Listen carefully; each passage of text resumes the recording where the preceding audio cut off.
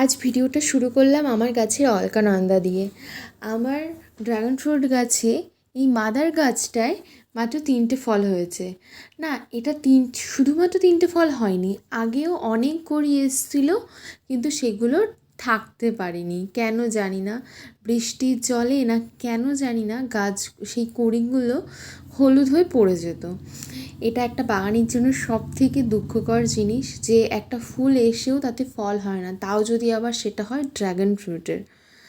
আর তার থেকেও বড় দুঃখ যেদিন এই ফলগুলি পেকে যায় গাছে, কারণ আর পেকে গেলে তো আর রাখা যাবে না, সেগুলোকে তুলে নিতেই হবে। সেই দিনটা আজকে চলেই এসছে, আজকে ড্রাগন ফ্রুটগুলো তুলে ফেলতে হবে। সাথে আমার ভাই ওর কোন এক বন্ধুকে গিফট করার জন্য একটা পদ্ম আমার কাছে ভীষণ রিকোয়েস্ট করে চাচ্ছিল, তো গিফট করবে, সেজন্য আমি ওকে একটা নেওয়ার পারমিশন দিলাম। যদি পারমিশন না চাইতো তাহলে দিতাম না। যাই হোক, আমার ড্রাগন ফ্রুটের কালারটা দেখো।